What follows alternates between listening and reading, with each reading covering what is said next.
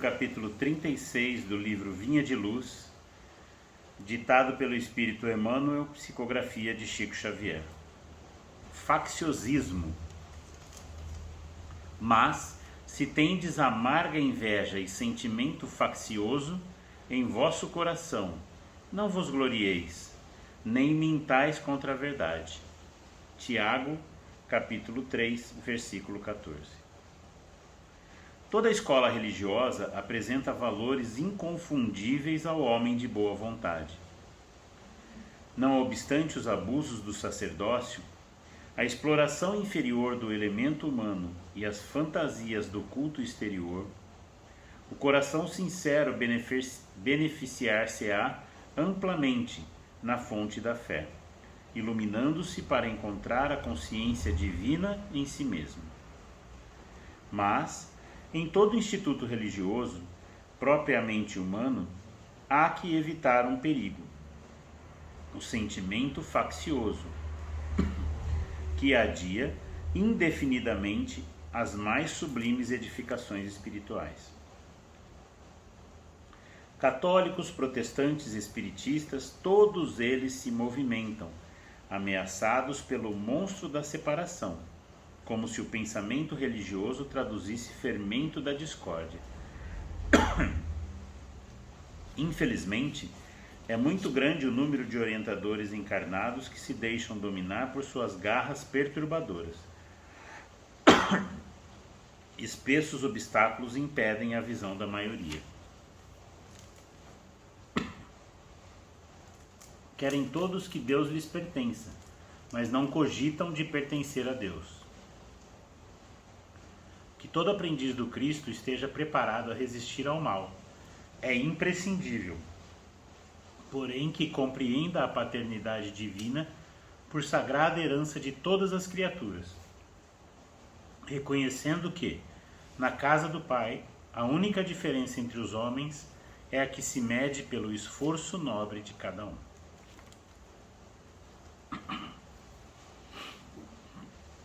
Senhor Jesus, Divino Amigo, nós te agradecemos por mais este encontro, que nos permites realizar para os estudos da doutrina espírita. Te rogamos, Senhor, que em teu nome os bons espíritos estejam conosco e que possam eles nos envolver em vibrações de paz, de equilíbrio, tanto quanto nos auxiliar no entendimento das lições que serão aqui estudadas. Pedimos-te, Senhor, também que abençoes os nossos irmãos de humanidade, em especial os nossos irmãos suicidas e todos aqueles que neste momento têm a mente voltada para este ato tão infeliz e danoso para si mesmos.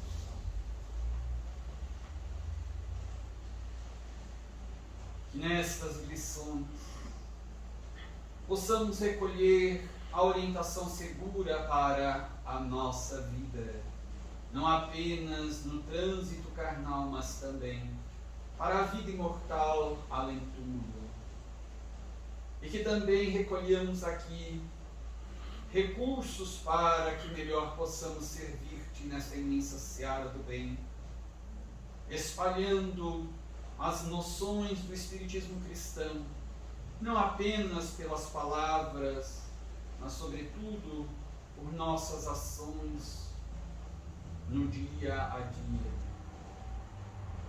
A ti, Mestre, dirigimos a nossa gratidão imensa e os nossos louvores nesta hora, em todas as horas e para sempre.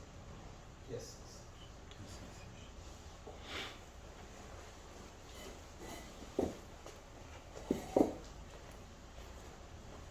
Bom, nós vamos encerrar então, nesta noite, o capítulo Reconhecimento, para iniciarmos então o capítulo seguinte.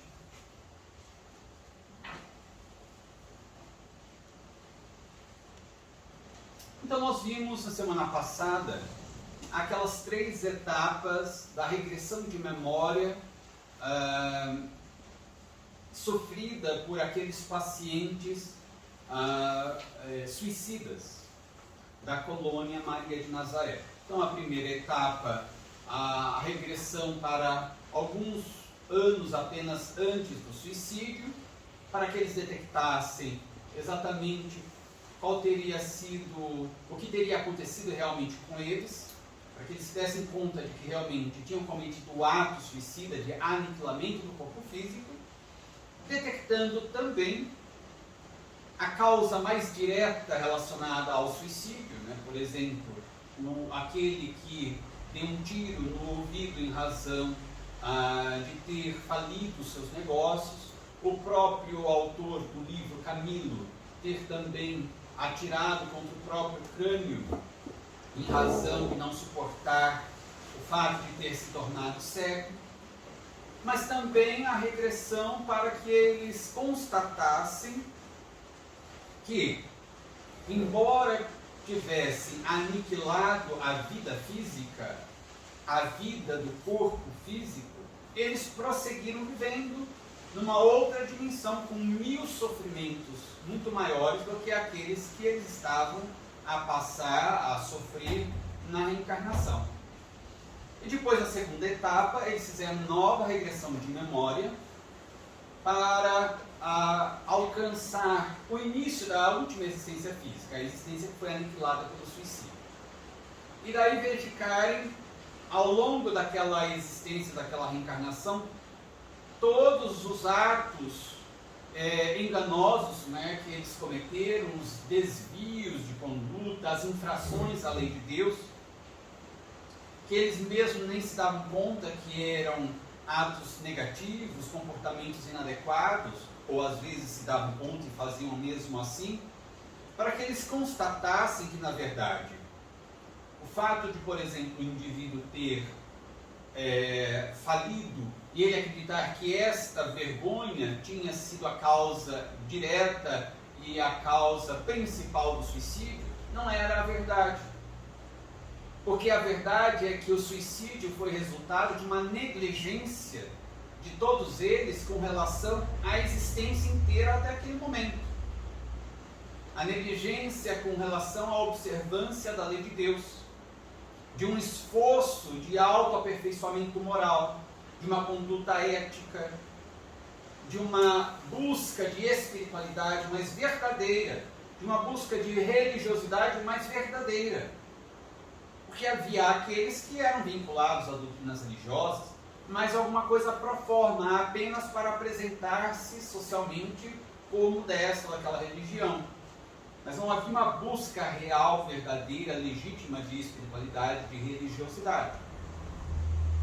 Então, se eles tivessem sido diligentes, atentos e cuidadosos com relação à vida espiritual, ou seja, o cuidado com a alma, com o espírito, o cuidado com o comportamento deles, o cuidado com os pensamentos deles, desde quando eles tivessem já um pouco de consciência a respeito de si mesmos, eles teriam tido um outro resultado na reencarnação. Ou seja, não teriam alcançado a decisão tão danosa do suicídio.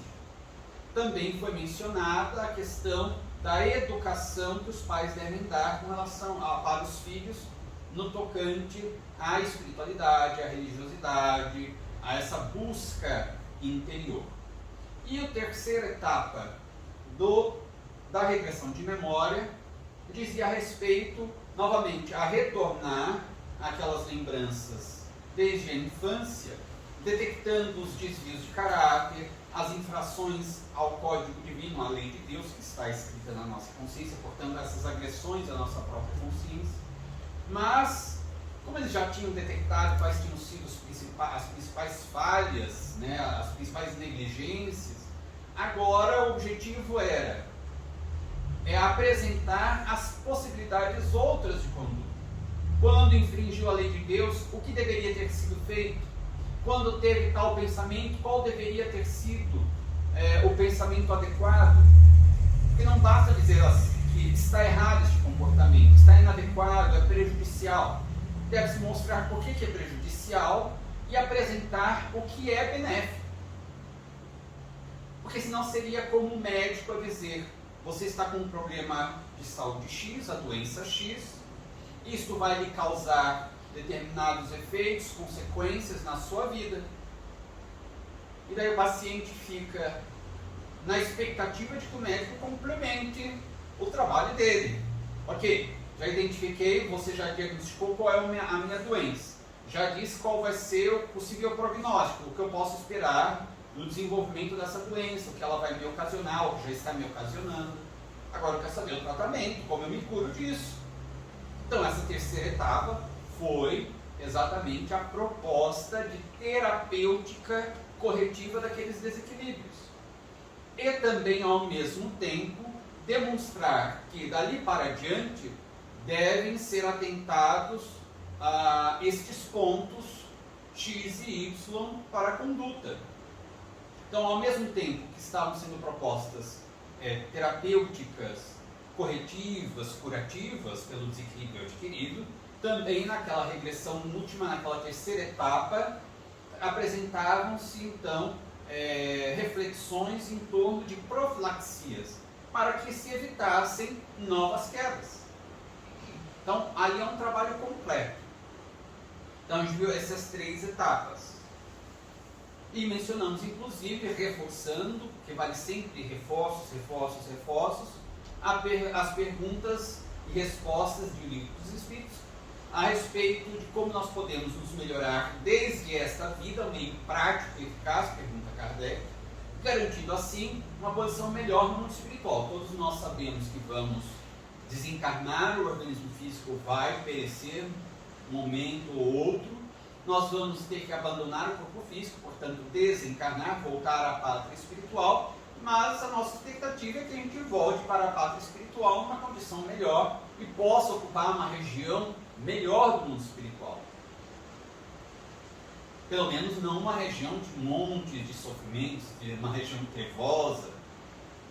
Então, já Kardec nos apresenta esta preocupação na pergunta que ele fez, e a resposta foi a respeito do conhece-te a ti mesmo. Nós necessitamos nos conhecer a nós mesmos, fazer essa viagem interior.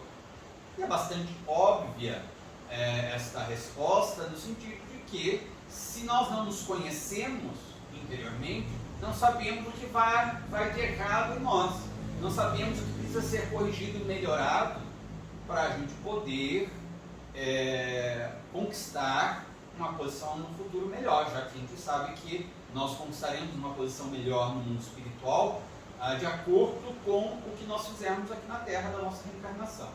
Então precisamos saber como nós estamos agindo, como nós estamos pensando, para ver o que está adequado, o que está inadequado e corrigir o que está inadequado. E depois, na sequência, Kardec pergunta: mas como fazer o autoconhecimento, essa viagem interior? E a dissertação de Santo Agostinho apresenta uma proposta de viagem interior, de como nós podemos fazer este processo de autoconhecimento diariamente. Então é muito importante que nós busquemos analisar aquilo que pensamos, aquilo que fazemos todos os dias, conforme sugestão de Santo Agostinho. Assim fica mais fácil, até mesmo mais palatável, nós realizarmos a viagem interior. Porque se diariamente a gente faz este exercício, a gente vai pegar um equívoco ali, uma queda moral ali, uma inadequação acolá. Diariamente a gente sempre vai ter uma coisinha ou outra que a gente vai perceber de inadequado com relação à lei divina. Fica muito mais fácil, mais palatável do que se tivéssemos de digerir um semestre de equívocos, um ano. Agora imaginemos deixar para depois da desencarnação a consciência fazendo toda essa regressão que nem eles fizeram, 30, 40, 50, 70 anos de existência, só com a ajuda dos benfeitores espirituais para a gente suportar uma análise dessas. Então, é até esse ponto que nós paramos e verificamos como foram benéficos esses tratamentos, essas regressões, muito bem coordenadas e orientadas para os pacientes. E depois uma outra coisa que é interessante nós anotarmos aqui, atentarmos, a frequência dessas reuniões de análise e aprendizagem, porque ele disse que depois dessas 3 etapas, eles continuaram realizando reuniões frequentes, continuaram se submetendo àqueles tratamentos, tanto magnéticos quanto dessas análises de conhecimento, de esclarecimentos. Vocês se lembram qual era a frequência? Estou achando que esse eu lembro de cabeça era de 2 em 2 semanas, não é? É quase isso, era 2 vezes por semana. Bissemanal. Ah, entendi errado. É bissemanalmente. Entendi 2 vezes por semana. E eles colocam mais uma coisa. Bissemanalmente, havendo os dignos mentores a essas 2 reuniões por semana, adicionado proveitosas palestras elucidativas. Vejam que interessante. 2 vezes por semana, aquelas reuniões, com inclusive aplicação magnética, portanto de passes, e mais outras reuniões que eles adicionaram elucidativas, só de esclarecimento de curso, por exemplo, de palestra. Então, 2 vezes por semana passes e mais aqueles tratamentos, inclusive com orientações terapêuticas, mais reuniões extras, podia ser talvez 1 ou 2 vezes por semana, de apenas cursos ou palestras, né, reuniões elucidativas. Daí a pessoa vem tomar um passe e assistir uma palestra de vez em quando e fala assim, mas eu não vejo muita mudança em mim. É bem provável que talvez a pessoa não esteja numa situação tão drástica quanto a dos suicidas. Mas nós devemos convir que num mundo tão conturbado quanto o nosso, pelo menos como está o nosso, é muito difícil para uma alma de evolução mediana para baixo, praticamente é o estado evolutivo de quase todos nós na Terra, alguns mais para lá, alguns um pouquinho mais para cima, porque realmente os espíritos mais avançados são exceções missionários na Terra. Mas a população da Terra é de mediano para baixo. O nosso estágio evolutivo é muito difícil, praticamente impossível, mantermos equilibrados. Porque do momento em que nós retornamos ao corpo físico, depois da emancipação da alma, abrimos os olhos, portanto retornamos ao corpo físico, daquele instante adiante é muito difícil manter o equilíbrio. Às vezes a gente acorda, faz uma prece, se sente elevadíssimo. Às vezes até a gente chegar na cozinha, às vezes antes de sair de casa, a gente já se irritou, já se desequilibrou, já sai amaldiçoando a vida e o mundo, por uma coisa ou outra. É muito difícil a gente se manter. A gente lê uma página, né, deixa às vezes do lado da cama o Evangelho segundo o Espiritismo, acorda, já lê uma página, um livro como Vinha de Luz, que nós lemos aqui nas leituras preparatórias. A gente se sente nesse enlevo, e dura alguns minutos às vezes. Em seguida a gente já se desequilibra, a gente já lembra que a gente tem uma reunião muito difícil, vai ter que atender um cliente muito desagradável, vai ter um problema no trabalho, a gente sai, já é fechado no trânsito, a gente se desequilibra muito facilmente. E daí nós temos os conflitos naturais, 1000 problemas diferentes que nos colocam em estado de grande e permanente desafio. E nós não temos ainda uma firmeza mental, né, de controle mental, de conduta, que nos garanta um equilíbrio mais constante. Então, significa que nós nos desequilibramos tanto, quase que diariamente, que podemos pensar que seria muito saudável nós realizarmos este tratamento magnético de passes com maior frequência, sobretudo para quem já está, por exemplo, num tratamento, digamos, de depressão, ou algum transtorno psicológico ou psiquiátrico. Já existe uma causa a mais de tormento, de problema, de sofrimento. Um problema obsessivo. A recomendação é que pelo menos 2 vezes por semana o indivíduo receba passes magnéticos, se possível 3 vezes por semana. O ideal seria que tomasse passes, recebesse passes diariamente alguém que está sob um processo obsessivo. mas os cursos, as orientações, elucidações. Então, esses detalhes do livro nos dão conta de como nós devemos também, os próprios dirigentes das casas espíritas, orientar os frequentadores, aqueles que procuram as terapêuticas espíritas. É evidente que não há, digamos, fórmulas ritualísticas, números específicos, você tem que tomar X passes, vir tantas vezes. Não, isso não existe. Nós não temos nenhuma condição de avaliar isso, e isso não tem como ser avaliado desta forma. Mas nós podemos sim, há o conhecimento doutrinário para assim orientarmos que, sobretudo, a não ser que a pessoa esteja bem, daí para uma manutenção, ela pode tomar passe uma vez por semana, assistir uma palestra uma vez por semana, e durante o resto da semana realizar outras atividades. Ela tem que realizar o bem, ela tem que se desenvolver, fazer o exercício de autoconhecimento diariamente, se possível. Mas se a pessoa está mais ou menos equilibrada, o suporte do passe espírita uma vez por semana já estará suficiente. Talvez se a pessoa estiver muito bem, ela nem precise praticamente de passes, porque ela assimilará as energias constantemente, as energias positivas, que não é muito comum no nosso estágio evolutivo, por causa dessas oscilações que nós temos constantemente. Mas enfim, agora, quem estiver num estado já prévio de desequilíbrio e precisa de uma terapêutica mais, digamos, intensa, espírita, então a gente vê aqui que há uma recomendação de o indivíduo se aplicar mais. Se o indivíduo já não tem, assim, está debilitado na sua vontade, por causa, por exemplo, de algum processo depressivo, a família dar o suporte para trazer o paciente, não a força, mas insistir, recomendar que venha, tanto quanto vai levar a um médico, vai levar a algum outro tratamento, né, para que o indivíduo possa se fortalecer. Porque às vezes também a própria família, às vezes tem ou preguiça, ou não acredita muito, ou acha que uma vez está bom. Não é assim. A gente vê que não existem milagres. Então a gente vê aqui 2 vezes por semana o passe, o tratamento magnético, mais aquelas orientações específicas e mais dias extras que eles foram colocando para o aprendizado mais rápido, acelerar a recuperação deles, né?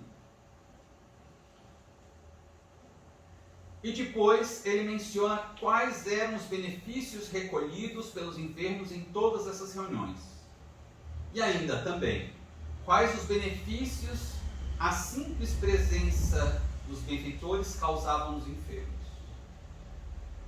Vocês se lembram dos benefícios que as reuniões provocavam neles e os benefícios que a simples presença dos benfeitores causava neles. Satisfação, grande satisfação, não é? Melhoras prometedoras experimentávamos em nosso aspecto geral, enquanto suaves esperanças segredavam edificante consolo aos nossos corações doloridos. A presença dos instrutores passou a constituir motivo de imensa satisfação para as nossas almas convalescentes de tão ásperos desesperos. As palavras que nos dirigiam durante as lições eram qual refrigerante orvalho sobre a comburência, a combustão, a comburência de nossas aflições. E suas palestras e instruções, o trato carinhoso e compassivo, ou seja, de compaixão dos gabinetes, outras tantas razões para nos considerarmos esperançosos e confiantes. E daí como é que eles se portavam? Qual era, digamos, o sentimento, a reação daqueles pacientes diante dos benfeitores espirituais? Eles tinham até uma vergonha diante deles, né? Eles nunca começavam uma conversa, eles sempre se sentiam talvez inferiores a eles, assim, não por imposição do outro, mas por vergonha do que fizeram, né? Da condição que estavam. Sim. Paulo de Tarso diz: o amor do Cristo me constrange. É realmente diante de alguém tão elevado, e é um detalhe bem interessante que você destacou, porque não era por imposição ou porque eles se posicionavam como melhores do que os outros. Porque se eles se posicionassem assim, eu sou melhor que você, não haveria essa intimidação, porque logo a gente identifica assim, mas está, né, respingando do lado da boca a vaidade, etc. Assim como a gente diz assim, está escorrendo o veneno do lado da boca, também está escorrendo o orgulho, a vaidade, a arrogância, a prepotência. Então, quando a gente identifica que alguém quer se colocar como melhor, a gente não dá muita importância a isso, porque logo a gente identifica um ser inferior. Deve ser algum conflito de inferioridade que o indivíduo tenta se mostrar, né, melhor pela força. A psicologia explica isso. Então, eles não teriam essa reação. Mas porque a situação era exatamente a contrária, ou seja, o oposto, os indivíduos, aqueles benfeitores, eram extremamente humildes, sinceros, carinhosos, amorosos. Isso denotava claramente para todos aqueles pacientes o elevadíssimo desenvolvimento, não apenas intelectual, mas sobretudo moral daquelas almas, daqueles espíritos. E, identificando quão elevados eram aqueles espíritos, ficava mais patente para eles a inferioridade deles, por comparação, ficava muito contrastante. O elevado, o nobre e o inferior, o rasteiro. Era muito contrastante. Então, essa autoridade daqueles benfeitores era uma autoridade não imposta, era natural. E assim agem os espíritos, todos os espíritos. Diante de espíritos muito elevados, mesmo os espíritos inferiores, eles podem, aqueles muito rudimentares, eles xingam, mas de longe. Eles ofendem, xingam. Certa vez, numa comunicação mediúnica na Sociedade Parisiense de Estudos Espíritas, um espírito muito rebelde, agressivo, se manifestou e Kardec tentou estabelecer um diálogo com ele.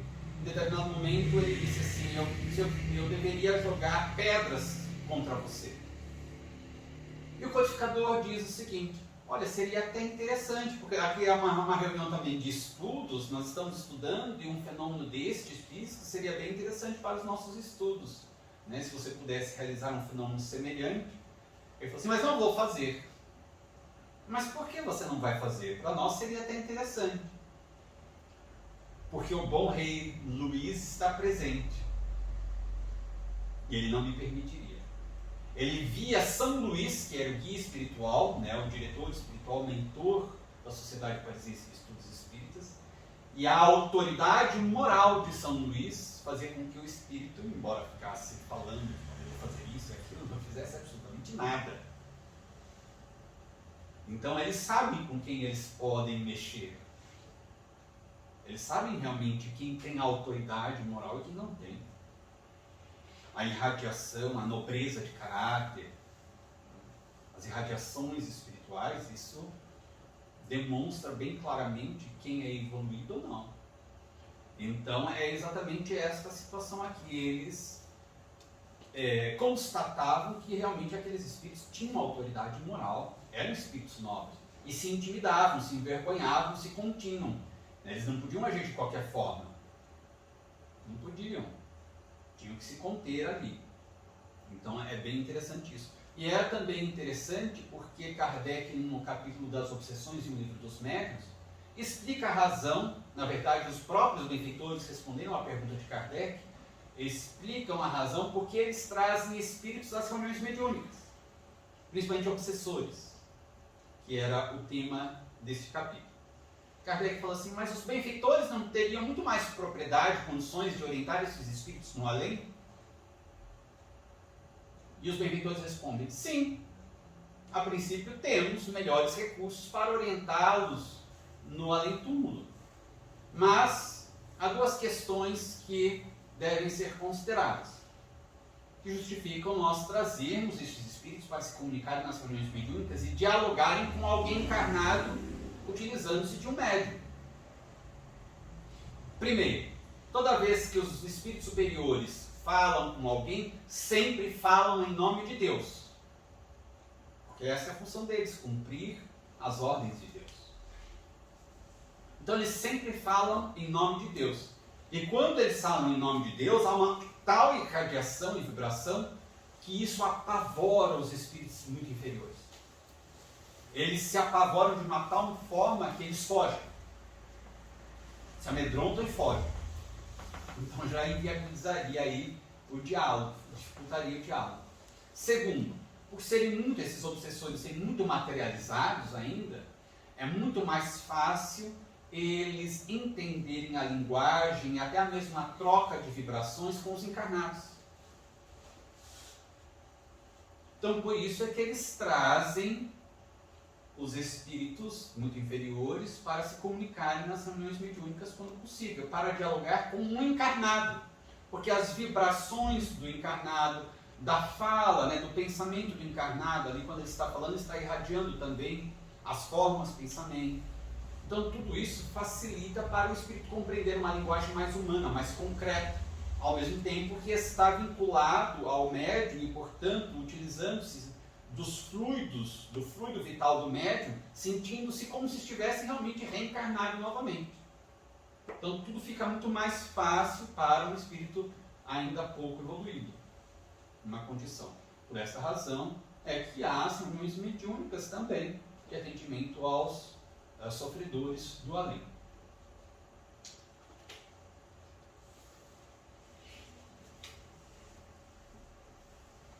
Bom, depois nós também verificamos aqui na sequência que o autor diz que todas essas terapias e reuniões de aprendizagem geraram nos enfermos significativo melhoramento da capacidade de raciocínio e de entendimento da própria situação. E junto com este quadro, um alívio das terríveis impressões sobre o perispírito. Mas, em contrapartida, a maior lucidez neles trouxe-lhes também algo difícil. Vocês se lembram o que seria isso? A consciência do erro que cometeram. Antigamente, eles não entendiam o que fizeram. Agora entendem bem e veem o grau de culpabilidade dos erros que eles cometeram. Então isso causa vergonha, causa vontade de reparar ainda não, né? De espiar esse erro e de corrigir isso dentro da sua emoção, né? Do seu emocional, dos espíritos que eles são. Exatamente. Quanto mais consciência, maior lucidez daquilo que realizamos, maior discernimento do bem e do mal, mais nós sofremos. Por isso que Jesus pronunciou algo que diz respeito a esta situação apresentada aqui pelo autor. A quem mais é dado, deste mais será cobrado. Deus que cobra? Não. É a lei divina que cobra, porque a lei divina está na consciência do indivíduo. Quanto mais nós nos damos conta desta lei interna, no autodescobrimento, nesta verificação daquilo que somos, da nossa realidade profunda, a gente vai descobrindo melhor esta lei divina em nós. No Livro dos Espíritos também consta que, se Kardec pergunta se a lei divina já está na nossa consciência, por que são necessários os reveladores da lei? Os benfeitores disseram, porque os seres humanos esqueceram e desprezaram a lei. Então é necessário relembrá-los e fazer com que eles atentem para esta lei, porque se eles não atentarem, qualquer infração a esta lei divina equivale a uma autoagressão. Se o indivíduo autoagride, ele vai se machucar psiquicamente, psicologicamente, espiritualmente. Então é necessário que ele, para se equilibrar e viver bem, respeite a si mesmo, respeite a própria consciência. Então aí está. A quem é mais dado, mais deste será cobrado. E por último nós vamos ver o quadro das conclusões que ele chegou. A gente vai colocar as perguntas ali, um roteiro nos slides, e a gente vai acompanhando aqui. Não sei se não vi, né? Eu estou vendo. dá sim, eu estou vendo aqui. Então, um esquema de instruções para o autoconhecimento e a autotransformação moral. Isso também vale muito para que as pessoas da Terra possam, pelo menos, iniciar daquilo como se fosse uma introdução à ciência espírita, ao conhecimento espírita, algumas noções básicas. Inclusive, a gente pode encontrar de maneira muito clara nas obras, né, nos opúsculos que Kardec escreveu. Ele dizia assim, ele inclusive justifica a razão pela qual ele teria escrito aquele opúsculo, né?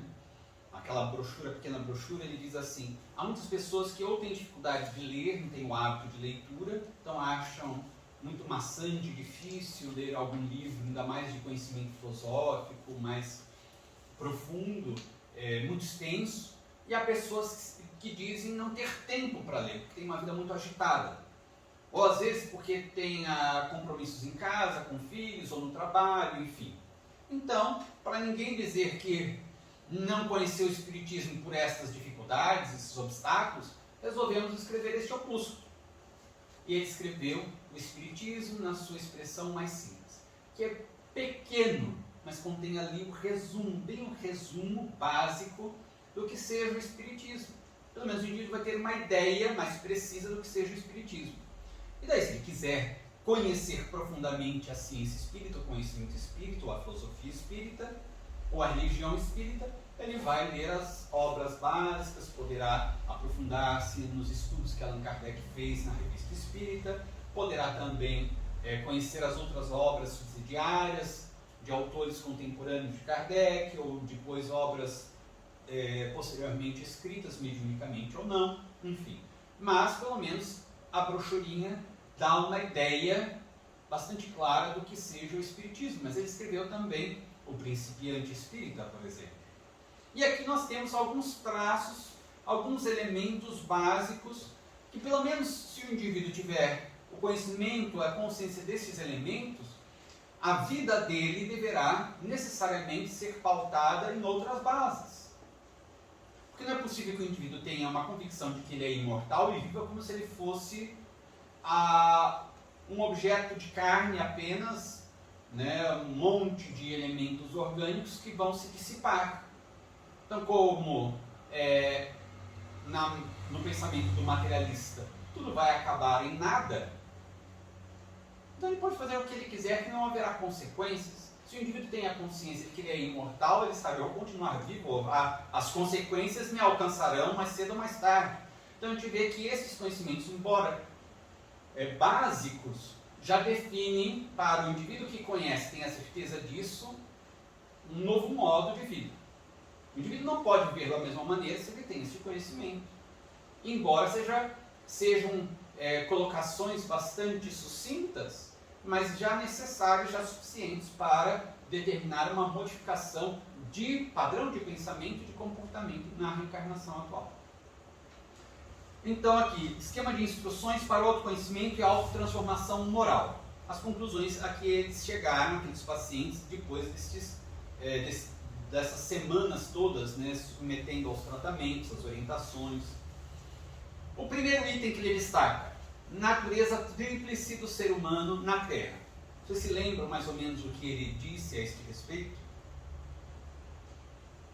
Todo ser humano encarnado é formado por três componentes, entre aspas, né?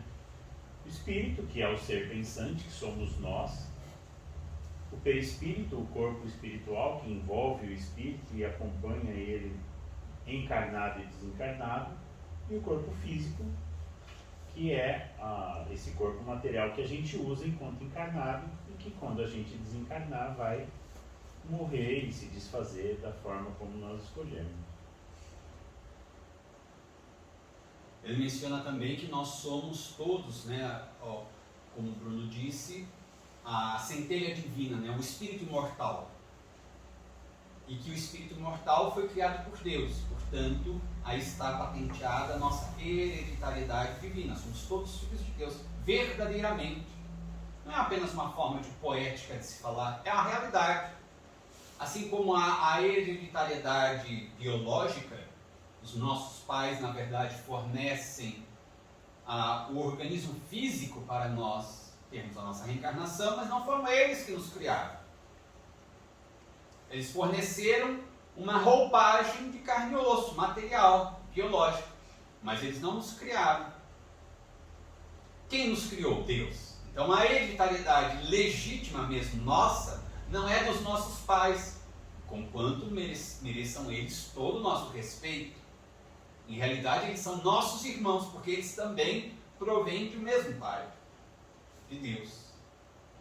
E isto, quando nós temos essa consciência de que nós somos filhos de Deus, nós repetimos isso nas religiões, mas a consciência mesmo é difícil nós termos.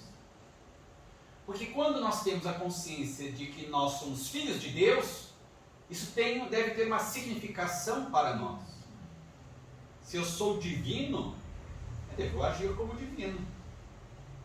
Muda completamente quando nós assumimos a nossa condição de filhos de Deus, e é bem interessante a leitura de um pequeno livro, também para quem tem dificuldades de ler muito, ou para quem não tem muito tempo. Vale a pena então adquirir a pequena brochura de autoria do espírito Joana de Anjos, psicografado por Divaldo Pereira Franco, Filho de Deus.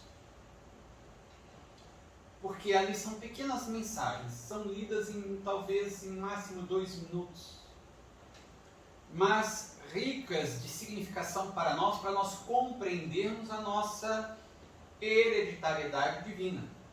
Porque se nós verdadeiramente temos essa significação em nossa vida, este reconhecimento, aproveitando o capítulo, o reconhecimento da nossa natureza divina, algo que é divino não pode se submeter a qualquer coisa. Nós muitas vezes na Terra, na vivência comum, dizemos, mas é uma pessoa, digamos, alguém que nasceu dentro de uma família real de algum país que tem ainda a monarquia, mas ele é da realeza, ele não pode agir como uma pessoa qualquer, ele tem um papel a cumprir, ele é um príncipe, ele é uma princesa, ele não pode se dar ao luxo de fazer determinadas coisas. Ou talvez por causa em decorrência da profissão. Não é admissível que um médico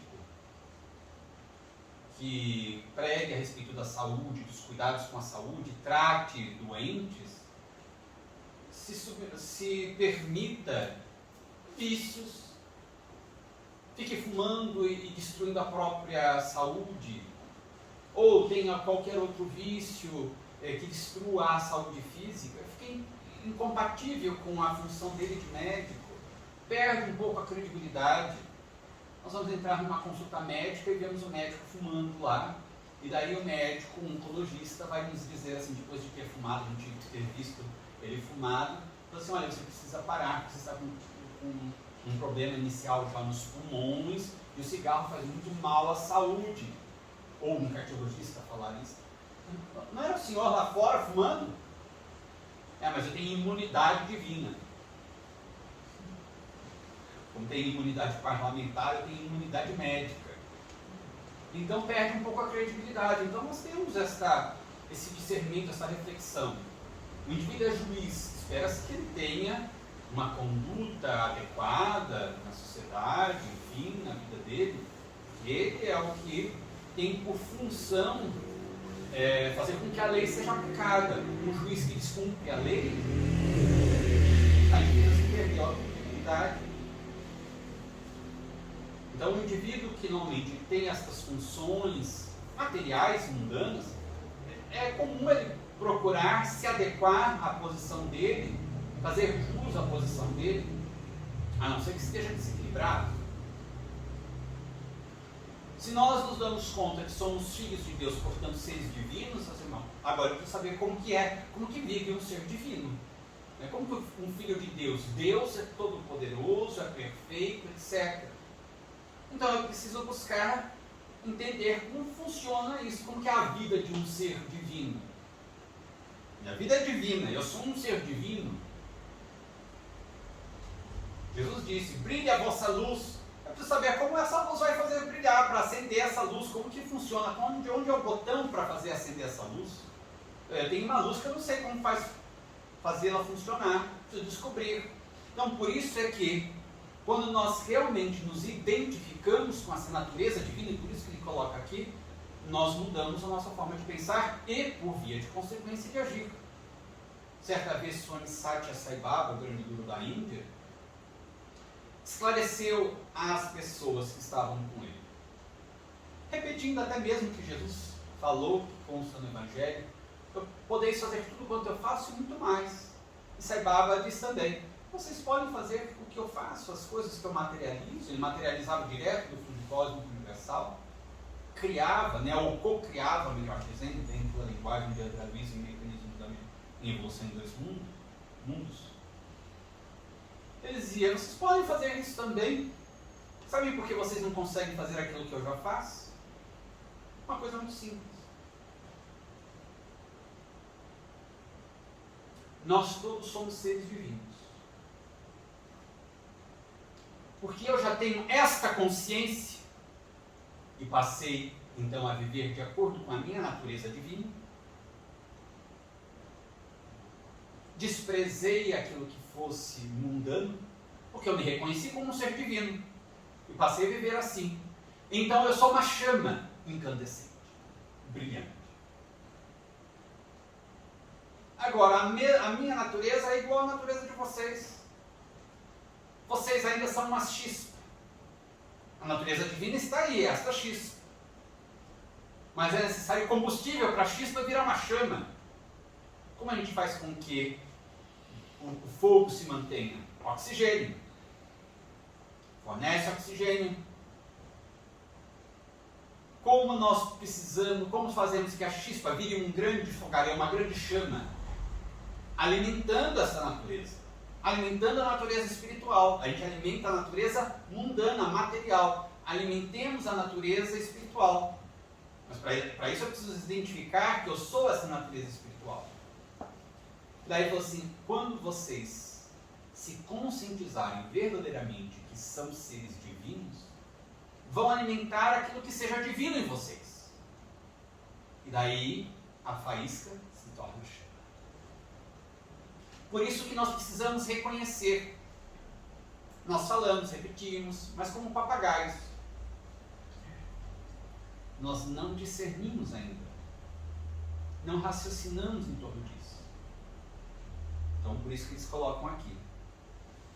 E daí a outra coisa que eles mencionam aqui, nesse primeiro tópico, é que o corpo físico é perecível, mas o perispírito, o corpo espiritual, ele é aperfeiçoável. Tem como aperfeiçoá-lo, sutilizá-lo.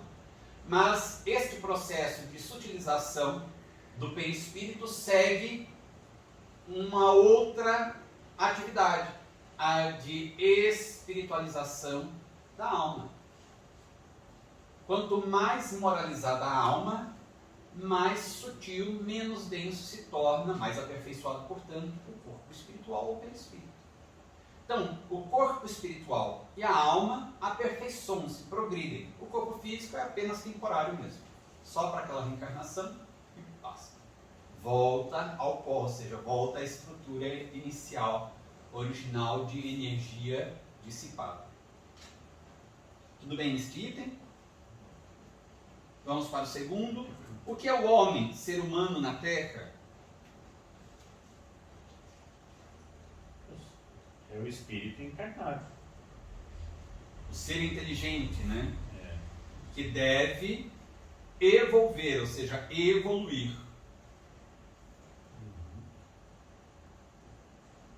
Isso também remete ao próximo item, que é o terceiro. Objetivo da reencarnação. Isso é muito importante porque mesmo nós espíritas muitas vezes nos esquecemos. A gente repete sempre.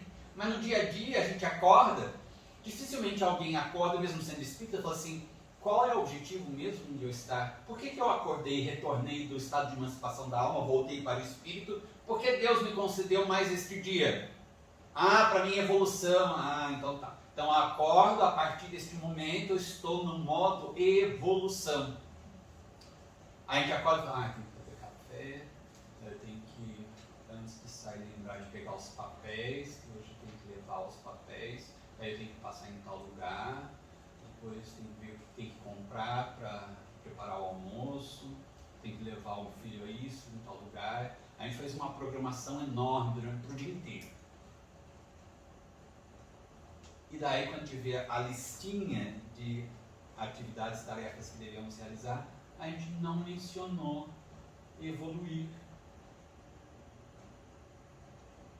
A gente não mencionou na listinha de tarefas melhorar o nosso humor, superar o egoísmo, lidar com os ciúmes. A gente não inclui isso nas nossas atividades diárias. A gente fala assim, o objetivo de todo mundo estar reencarnado é passar pelas provas, expiações, melhoramento progressivo da humanidade, sem isso, onde a justiça de Deus. A gente repete que está no livro dos Espíritos, mas na nossa listinha diária não está. Então tem um momento do trabalho, que tem que trabalhar para ganhar dinheiro, pagar as contas. Tem o momento do lazer, tem o momento do descanso, tem o momento de ficar na internet, nas redes sociais, tem o momento disso, tem o momento daquilo. Mas não está lá aperfeiçoamento, nenhuma tarefa. A gente poderia fazer a listinha, daí incluir diariamente, olha, às segundas-feiras é dia de trabalhar o meu egoísmo.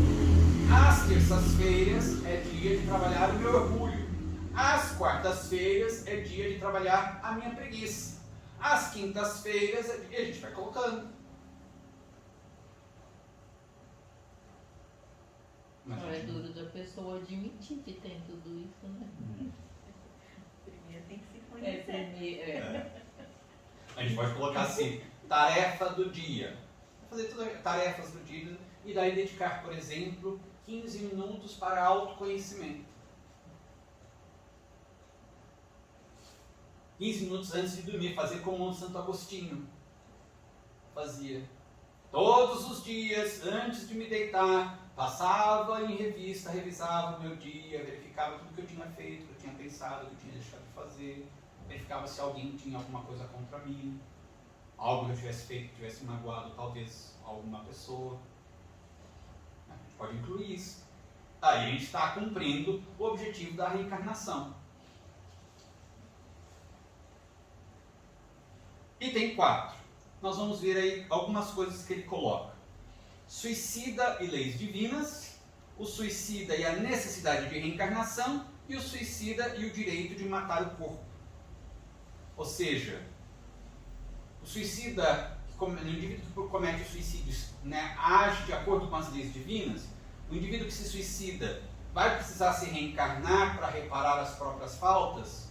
O suicida, o indivíduo tem o direito de matar o próprio corpo. Ah, é meu corpo, eu tenho o direito de assassinar, porque é meu corpo mesmo, eu faço o que eu quiser com ele. O que ele diz aqui nesse item 4? Ele diz que o suicida é um espírito criminoso. Em alguns pontos do livro, ele chega a falar que o suicídio é o pior crime contra as leis divinas. Então, que eles que cometeram suicídio são criminosos. Por isso, eles precisam de novas encarnações. Sim, num novo corpo. E que ninguém tem o direito de matar o corpo. Aqui, quando você fala assim, é meu e eu posso fazer o que eu quiser com ele, não podemos esquecer que nós estamos aqui sob o jugo de um poder muito maior que o nosso, que é o poder de Deus. E ao nos dar essa oportunidade, que é uma oportunidade sagrada, que a gente não sabe quando vamos ter outra, que a gente não sabe quando vai ter outra, e que a gente deve aproveitá-la da melhor maneira para fazer uma transição para o plano espiritual já muito mais tranquila e favorável, né, mais feliz, sermos bem recepcionados no plano espiritual. Quando a gente estuda o Espiritismo, parece, talvez para a pessoa desinformada, que a gente dá mais importância à vida espiritual. Porque ela é a vida real. Só que para a gente chegar na vida espiritual bem, é preciso respeitar, trabalhar a vida encarnada também. Sim. Então, realmente, a gente está submetido a um código divino. Até porque, como nós tínhamos mencionado, a lei divina está escrita na nossa consciência. Quando o indivíduo comete o suicídio, ele agride a lei divina que está na consciência, portanto, ele gera uma autoagressão. Ele gera, portanto, com isso, um conflito. O indivíduo que se autoagride é porque está desajustado. Ele gera uma culpa. Então, ele se desarticula do ponto de vista psíquico e psicológico profundamente. Até porque, para ele chegar a este ato de total desamor, o indivíduo não se ama de nenhuma forma. Ele quer aniquilar-se. Ele quer aniquilar a própria consciência. Porque ele acredita que isso é possível. Ele está num estado de completo desamor. Então, imaginemos o estado de desequilíbrio psicológico desta alma. Ao mesmo tempo, como nós somos seres tríplices na Terra, nós temos o corpo físico, mas também temos o corpo espiritual que sobrevive à morte física. O corpo físico vai se decompor, mas o perispírito não. Ele prossegue vinculado à alma, ou espírito, depois da desencarnação. E porque ele estava profundamente vinculado, célula a célula, ao corpo físico, ao gerar um impacto vibracional e material sobre o corpo físico, há repercussões magnéticas, fluídicas, sobre o corpo espiritual, o perispírito, como nós já vimos, por causa dessas conexões do perispírito com o corpo físico, realizadas pelo fluido vital. Então, os impactos do suicídio, da destruição do corpo físico, geram repercussões profundas sobre o perispírito, sobre o campo magnético, sobre as próprias estruturas do perispírito. Então, o corpo espiritual fica lesado também. Ele precisa agora de recuperação. Não é apenas um processo psicológico, digamos, espiritual, é um processo material, no sentido em que o perispírito também é composto de matéria, só que de uma densidade menor. É a alteração dos fluidos que envolvem, são alterações, o perispírito são alterações dos fluidos que envolvem a Terra. Ou é composto de fluidos que envolvem a Terra. Da mesma forma que esses fluidos mais densos geram aquilo que nós tocamos, apalpamos, que tem densidade para nós, na dimensão física, o perispírito também é composto desses mesmos fluidos da Terra, só que de um estado mais sutil, um pouco mais sutil, não tão denso. Então há um corpo material, ou, nas palavras de Allan Kardec, semimaterial, que sofre lesões também. Assim como o corpo físico precisa ser tratado, remediado, até mesmo sofrer cirurgias para se recuperar de lesões, o corpo espiritual, o perispírito também. E estes tratamentos não se dão apenas no mundo espiritual, também pela reencarnação. É necessário reencarnar-se, vincular-se a um novo corpo físico para transferir desajustes energéticos do perispírito para o corpo físico, por meio das expiações. Expiar, eliminar de si. Então, eliminar do perispírito desajustes, desequilíbrios também. Daí a necessidade realmente da reencarnação. E por que não temos o direito de matar o corpo físico? Porque é meu? Não, do que ele é feito? De fluidos que envolvem a Terra. Eles são seus? Você comprou esses fluidos? Não. Foram criados por Deus e seus prepostos, mas a origem do fluido cósmico universal é de Deus. É Deus. Então não são seus os fluidos? Não. Então você tomou emprestado estes fluidos para compor o seu perispírito? Sim. E o corpo biológico é derivado do quê? Desses mesmos fluidos que estão densificados, inclusive, na genética humana. Nos elementos do espermatozoide e do óvulo. Estão condensados. Também são derivados, assim como o corpo físico é derivado do fluido cósmico universal, que é criado por Deus, aqueles elementos geradores de uma nova forma física que vem do homem e da mulher, também são parte desse organismo modelado a partir do fluido cósmico universal. Alguém comprou o fluido cósmico universal? Alguém comprou os fluidos que envolvem a Terra? Não. Foi algo espontâneo, que foi concedido, emprestado. Então não nos pertence o fluido cósmico universal, portanto não nos pertencem os fluidos que envolvem a Terra, tudo que seja derivado disso também não nos pertence, de maneira que também o corpo físico não nos pertence. Foi uma concessão, inclusive a possibilidade da reencarnação, como mencionou o Bruno, foi uma concessão daqueles que dirigem o planeta Terra, Jesus Cristo e os seus auxiliares, que cumprem, por sua vez, a vontade de Deus. Se Deus tivesse dito, não, você não vai ser reencarnado, nós vamos reencarnar. Não, eu não concedo um novo corpo físico para você. Não, sem corpo físico então para nós. Como não é nosso, nós não podemos dispor deles. Imaginemos alguém perante a justiça, por exemplo, brasileira, e o indivíduo é nomeado pelo juiz de algum processo judicial como depositário fiel. A própria expressão técnica já diz quais são as responsabilidades de um indivíduo.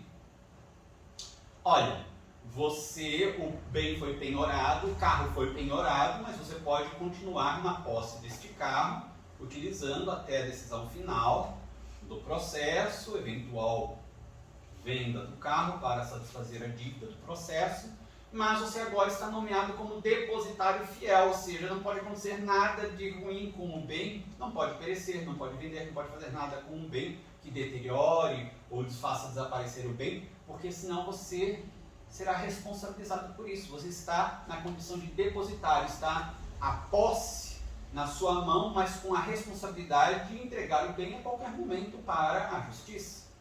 Tem de prestar, portanto, este compromisso.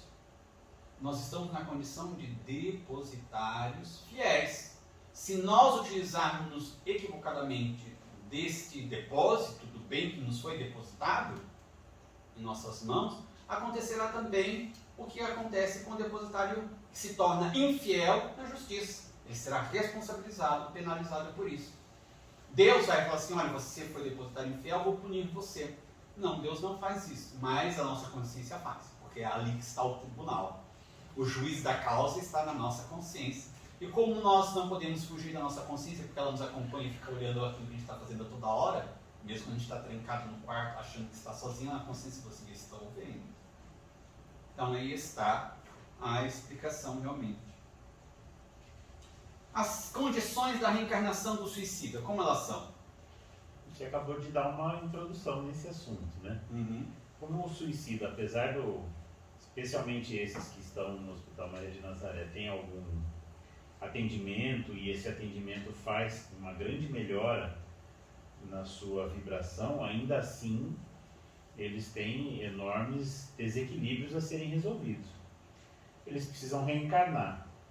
Ao contato do corpo em formação, esses desequilíbrios passam essas energias para o corpo físico em formação. E esse corpo físico vai apresentar, com certeza, defeitos de formação nos lugares mais afetados pelo suicídio. Né? Então, de acordo com o tipo de suicídio, esse corpo novo a ser formado vai ter determinado tipo de problema. Exatamente. Tudo bem, Nicite? Item 6. Reencarnação do suicida e a justiça, né? A justiça de Deus, a justiça divina e a expiação. O que ele diz nesse item 6? Que como eles deixaram o compromisso para trás, esse compromisso é um compromisso assumido. Essa prova que tinha que ser resolvida e não foi resolvida, vai aparecer nessa encarnação em alguma outra. Então é preciso que eles voltem, porque precisam expiar essa situação que eles estão vivendo, esses erros que cometeram. Isso pode ser voluntário ou não, né? O espírito pode até não ter consciência daquilo que está fazendo, e isso se explica literalmente pela misericórdia de Deus, que não permite que o espírito sofra indefinidamente. E mesmo aqueles que não se arrependeram, que não entendem o mal que fizeram a si mesmos e que não querem a mudança no plano espiritual, ainda assim, mesmo para eles, é oferecida uma reencarnação para que eles possam ter pelo menos a chance de sair dessa situação numa próxima encarnação. E assim, aos poucos, irem se redimindo e desfazendo os males causados ao perispírito e reequilibrando o próprio ser. Exatamente. A gente tem que lembrar que a existência que eles destruíram e interromperam, ela tinha sido concedida para determinados fins específicos. Havia uma programação reencarnatória, e nessa programação estavam incluídas provas e expiações. Expiações de equívocos, desequilíbrios adquiridos em outras reencarnações, anteriores ainda, e provas para verificação, fortalecimento de determinados ângulos da personalidade, né, experimentar determinados recursos da alma, verificar se tinham aqueles indivíduos realmente adquirido determinadas virtudes. Então havia uma programação reencarnatória. Ao cancelar aquela reencarnação, eles também interromperam o cumprimento de uma programação que tinha sido anteriormente estabelecida. Muitas vezes, inclusive, com a participação deles próprios nessa programação. De modo que, ao se reencarnarem mais uma vez, depois do suicídio, ficaram para trás atividades que deveriam ser realizadas, provas e expiações. Se eles não realizaram na reencarnação anterior, agora eles vão ter que realizar. Não tem como eles irem adiante se eles não realizaram, resolveram aqueles problemas. Se eles não solucionaram aqueles conflitos antigos.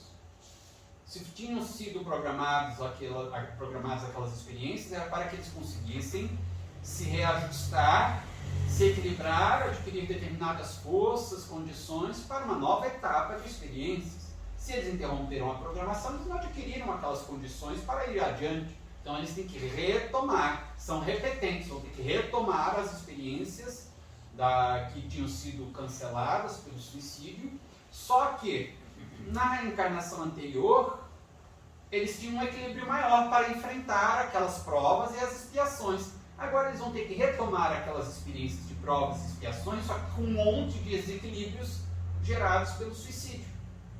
Então vai ser muito mais difícil, não impossível, porque os benfeitores não permitem que nós reencarnemos com experiências que estejam além das nossas condições de realização. Mas que será muito mais difícil, sim. Muito mais difícil. E vai exigir muito mais da alma. Então, sob nenhum ponto de vista, o suicídio é vantagem. É só problema em cima de problema. Se nós temos essa consciência do que representa a vida, a imortalidade da vida, a reencarnação, por isso o conhecimento espírita precisa ser divulgado corretamente.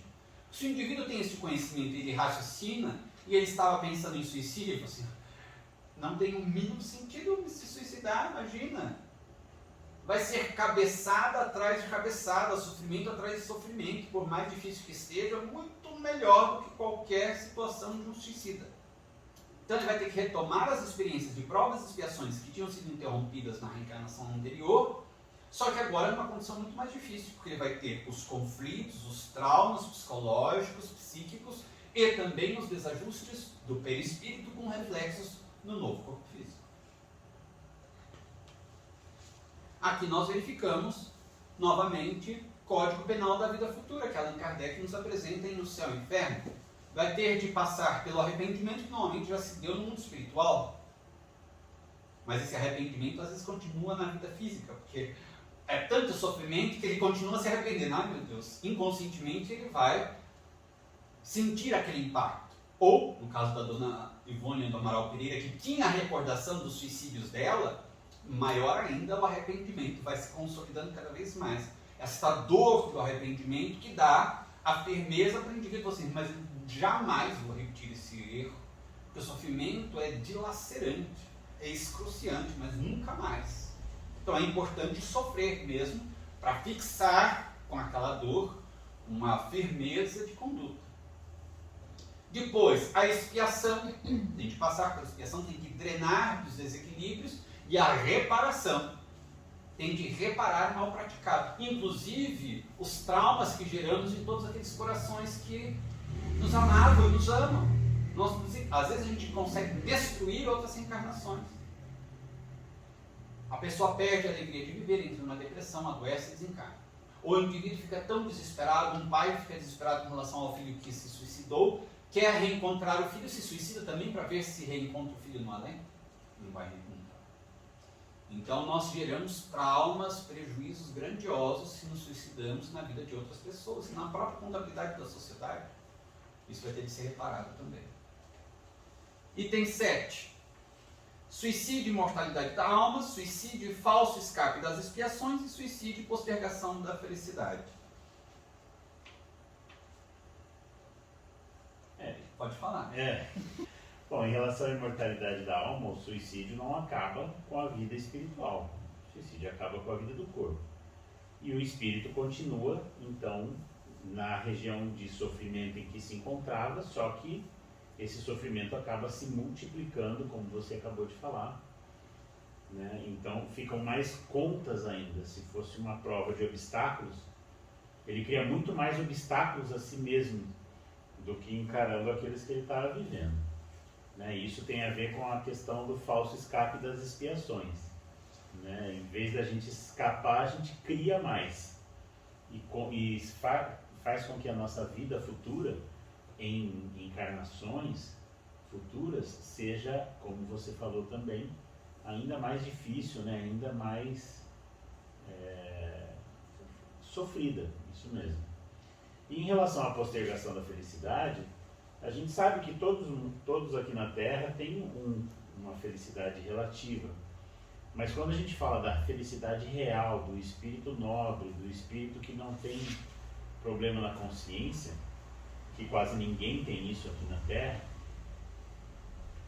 um erro como o suicídio acaba causando um constrangimento para a pessoa que demora para ser passado. Então, além dos problemas que ele já tinha que enfrentar, acaba tendo mais essa dificuldade, porque precisa expiar, porque precisa reparar, como você bem falou. Então, em vez disso resolver, acaba dificultando mais a conquista da paz interior, né, e da felicidade plena. Como ele mencionou já, normalmente demora mais de século para o indivíduo se recuperar, às vezes alguns séculos para o indivíduo se recuperar completamente do suicídio praticado. Então imaginemos que ele tivesse mais ou menos em tantos séculos ele conseguiria um equilíbrio melhor e uma certa felicidade já, essa felicidade espiritual, real, põe alguns séculos a mais. É melhor enfrentar, porque alguns séculos a mais de sofrimentos terríveis não é agradável, não são agradáveis. E aqui uma expressão que ele coloca bem interessante é que quando a gente enfrenta, sobretudo as expiações, bem, porque inclusive no Evangelho segundo o Espiritismo está lá, bem-aventurados os aflitos, bem e mal sofrer, não basta passar pelo sofrimento, tem que saber como enfrentar o sofrimento, porque passar pelo sofrimento com queixa, revolta, falta de resignação, você passou inutilmente, porque não houve aproveitamento nenhum daquele sofrimento. Então precisa saber ser inteligente na hora de enfrentar os sofrimentos, as dificuldades, as aflições da terra. Mas ele diz, se enfrentar corretamente essas aflições, essas dificuldades, as expiações e as provas, sobretudo as expiações, ele diz, esta forma como que nós enfrentamos estes sofrimentos funciona como uma esponja mágica, apagando as marcas do passado. Então, de acordo com o que nós vivemos, né, praticando o bem, nos resignando diante das dificuldades, enfrentando com resignação as dificuldades, as expiações, as provas, isso vai apagando, e praticando bem naturalmente, apagando as faltas anteriores, a esponja mágica. Agora, se a gente se revolta, ainda vai para a revolta máxima, que é o suicídio, em vez da esponja mágica, a gente joga lá um bando de, né, um balde de lama, em vez de bicho. Né? Para a gente encerrar aqui o item 8, suicidas e o tempo de permanência na erraticidade. O autor fala que o suicida nunca vai conseguir ficar muito tempo no plano espiritual após o suicídio, porque ele sente a necessidade de retornar, né? E a misericórdia de Deus é tão grande que permite isso a ele, que ele vai acabar ficando. Esse trecho me fez expandir um pouco esse conceito, porque a gente está pensando assim: nunca permanecerá muito tempo, mas esses espíritos aqui estão, pelo menos os que ele cita, há pelo menos 10 anos desencarnados no plano espiritual. Ficaram, o autor e pelo menos aquele outro que foi lá para Portugal, me fugiu o nome dele, Jerônimo, 10 anos já no plano, 10 anos no Vale dos Suicidas praticamente, né? E muitas vezes a gente tem algum parente que desencarna e tem pessoas que ficam procurando, dali 2 anos já ficam, será que esse bebê é a volta do João? Será que esse bebê aqui é a volta da Maria? Achando que vai voltar assim rapidamente. E na verdade a gente precisa recolher o mérito daquilo que a gente fez na encarnação, seja isso em felicidade, seja isso em sofrimento. A questão da reencarnação, é difícil a gente estabelecer prazos, porque há ocorrências, inclusive registradas por cientistas como o Dr. Ian Stevenson ou mesmo o Dr. Hernani Guimarães Andrade, que pesquisava sobre a reencarnação no Brasil, de reencarnações de pessoas que depois de 3, 4 anos estavam de volta. No livro 20 casos que sugerem a reencarnação do Dr. Ian Stevenson, ou reencarnação no Brasil do Dr. Hernani Guimarães Andrade, eles mencionam essas questões. Varia muito o tempo de uma reencarnação para outra, de acordo com 1000 fatores que são praticamente impossíveis de analisarmos, embora esses cientistas tenham percebido alguns padrões nas investigações deles, mas isso vai variar de acordo com 1000 fatores diferentes, analisados pela espiritualidade superior e também de acordo com uma decisão de Deus, né, as necessidades de cada espírito. Realmente, até um texto, uma frase no próximo capítulo que o autor coloca, que diz o seguinte: a Maria Santíssima tinha pressa que os pacientes tivessem um alívio mais rápido, né? Então ela determinou que aqueles espíritos, por exemplo, que não apresentavam melhoras com aquelas terapêuticas espirituais, fossem submetidos rapidamente a terapêuticas mais, digamos, incisivas, como levá-los a reuniões mediúnicas para se comunicarem por médiuns. Então, aí está, como você mencionou, a questão da misericórdia, né? No caso de Maria Santíssima, a misericórdia de Deus, a misericórdia de Jesus. Então, é difícil estabelecer um prazo. Aqui ele diz que realmente é viável, é interessante para esses espíritos se reencarnarem rapidamente. Por quê? Porque o que os atormenta muito é o excesso de fluido vital ainda no perispírito, que gera essas impressões mais grosseiras físicas mesmo, né? Então, e os traumas perispirituais, isso somente será corrigido mediante nova reencarnação, porque esses desequilíbrios serão, digamos, expungidos na vinculação com um novo corpo físico. Porque daí faz nova conexão, esses desequilíbrios profundos do perispírito são drenados para o corpo físico. Então, por isso que é interessante, quanto antes, uma nova reencarnação para eles. Ele diz que não se reencarnam tão rapidamente assim aqueles que têm certos já atenuantes, pelas formas, as ocorrências, né, como ocorreu o suicídio, e que conseguiram já determinada condição de certo equilíbrio que lhes permite, né, essa condição de certo equilíbrio lhes permite participar de estudos, de cursos. Então eles têm condições de se preparar muito melhor para uma nova reencarnação. Então esses podem permanecer mais tempo na espiritualidade. Agora, a questão de tempo também, medido no nosso tempo, é muito delicada, porque se você falar assim, o indivíduo permaneceu 10 anos no mundo espiritual, nossa, quanto tempo! Para eles, como eles, todos os espíritos encarnados, mais superiores ou não, dizem a mesma coisa. 100 anos é nada. Para eles é nada. Então 10 anos é como se fosse ontem. É muito rápido, o tempo é vivido de maneira diferente. Então, nossa, 10 anos, muito tempo, né? Para eles foi ontem. Então, talvez quando ele diga assim, tem que se reencarnar rapidamente, talvez seja esta noção de tempo mais dinâmico, né?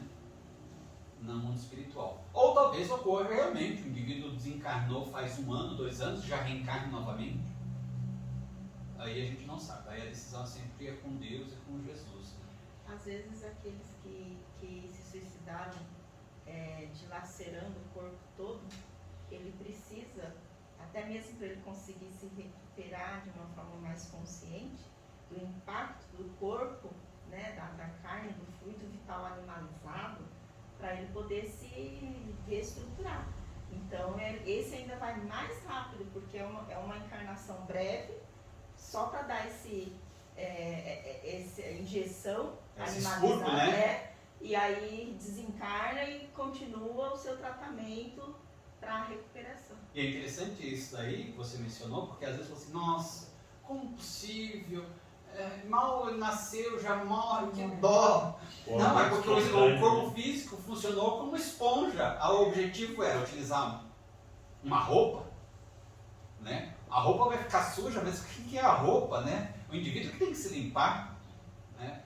Ele pega uma roupa, um corpo físico novo, suja ela com os detritos que estão no perispírito, limpa um pouco o perispírito e abandona a roupa e volta melhor. E depois pega outra roupa nova, já com o perispírito um pouco mais limpo. Então esse expurgo. Inclusive porque quando nós estávamos estudando nos capítulos anteriores, ele mencionava sobre o Vale dos Suicidas, ele mencionava exatamente esses casos mais graves, sobretudo de aqueles que se precipitavam, né, nos rochedos, enfim, ou que eram estraçalhados pelo trem, enfim, que era tão brutal o sofrimento deles, o desequilíbrio deles, que nem no Vale dos Suicidas eles permaneciam normalmente muito tempo.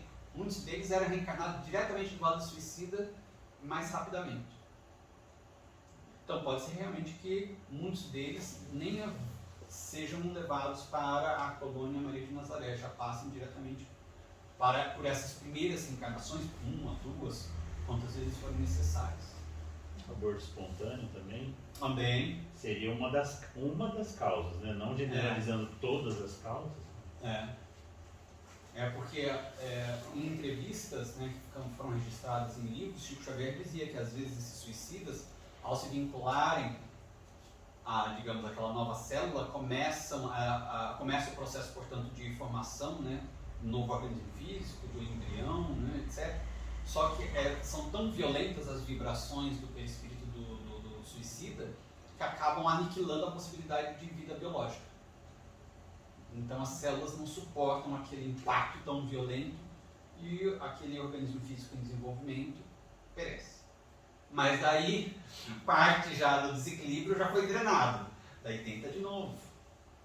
Daí Chico Xavier dizia, às vezes na terceira tentativa a pessoa, na terceira tentativa o espírito consegue manter, daí já o impacto não é tão mais violento assim, das energias dele, do perispírito dele sobre aquele novo embrião, aquela nova célula que se torna embrião, enfim.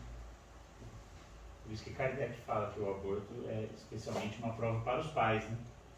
Porque o espírito ainda esponja isso, ele tem um benefício desse período curto. E os pais é que sofrem mais. Né? Exato. Muito bem.